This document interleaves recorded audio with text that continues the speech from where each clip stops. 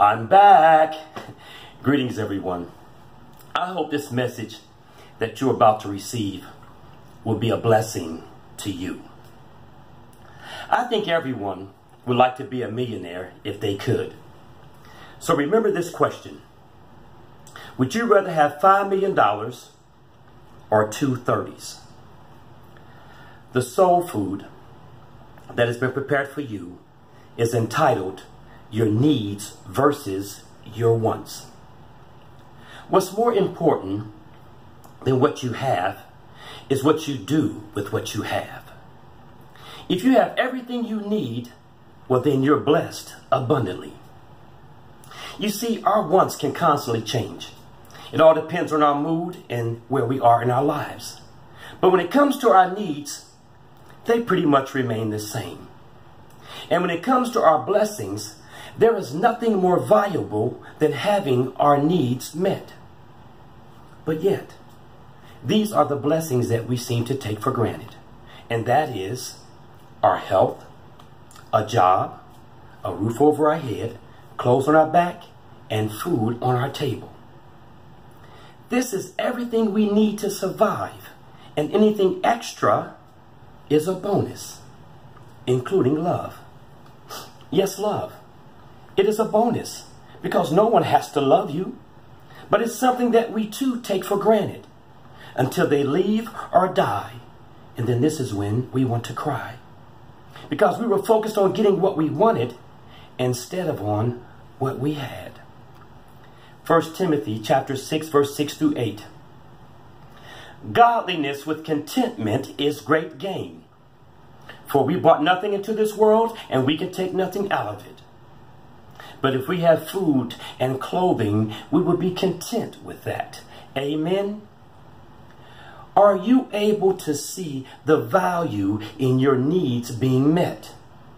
Or are you always focusing on what you want and or on what you don't have?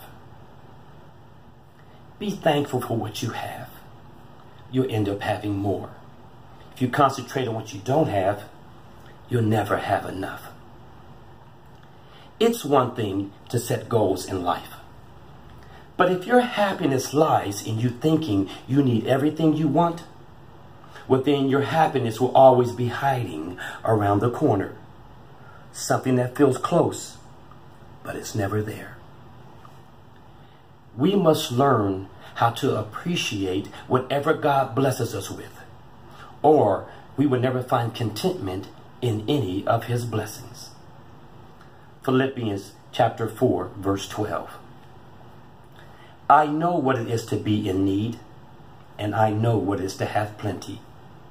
I have learned the secret of being content in any and every situation, whether well-fed or hungry, whether living with plenty or in want. Amen. Contentment has to do with how you value what you have. Your children, your parents, your loved ones, your health, your relationship with Christ. Matthew 6, verse 21. Where your treasure is, there your heart will be also. Amen. I believe your treasure is where you invest your time. And it seems like money is what most people want and treasure. So they spend more and more time to make more and more money. And if this is the case, the thing you want most, money, says on it where you should put your trust. In God we trust. Not in it, but in God. Contentment and happiness comes from putting your trust in God. There are a lot of celebrities who have a lot of money, but they're not always happy. And there are a lot of rich people whose money doesn't keep them happy. Isaiah chapter 55, verse 2. Why do you spend money on that which doesn't satisfy? Amen. If money kept the rich happy, they wouldn't use drugs. If money kept the rich happy, they wouldn't get depressed. If money kept the rich happy, they wouldn't get divorced. If money kept the rich happy, they would become alcoholics. If money kept the rich happy, they would never complain. If money is all it took to keep people happy, they wouldn't get sad when their loved ones die. To me, it looks like people with money and people with no money eventually end up having the same understanding. And that is, the most valuable things in life you can't buy with money. What helps get you through life is valuing your blessings, and by trusting that God can get you through what your money can't. In God we trust. A few years ago, one of my oldest sisters, who was in her late 50s at the time, was laid off, and she was having a difficult time finding a job. But she had two grown sons who were in their 30s who would help her out. Then the unexpected happened. Her youngest son, her baby, was in a car accident and died instantly on his birthday. Now, if that's not enough to make a mother's world crumble, I don't know what is. My bad, there's more. 8 months later, her oldest son was killed outside of her apartment as he was getting out of the car. Now that's enough to make a mother's world crumble. She was left with nothing.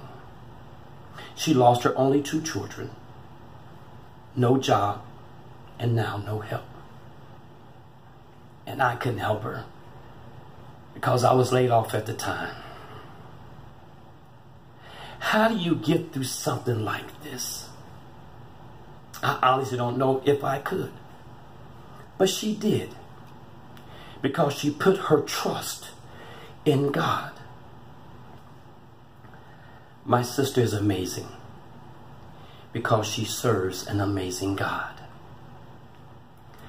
God gives us all an opportunity to make memories with the blessings He's given us. And it's up to us on how and what memories we decide to make with those blessings. A couple years later, God blessed my sister with a job. And I say it's a blessing because there's not too many companies that are willing to hire a woman in her 60s. To this day, she still struggles with the loss of her 2 sons. And she is still struggling financially. But if you ask her if she would rather have $5 million or her 2 children who were in their 30s, she would take the 230s over the $5 million every time. If this was you, would you rather have $5 million or your 230s? Whoever said money can't buy happiness must know that there is no greater gift than when God blesses you with what you need. Food for thought. Today, we chase dreams for the things we want. But tomorrow, we will dream for the things we once had. What do you value? And what blessings are you taking for granted? Thank you. May the words you've heard give you strength and guidance. Amen.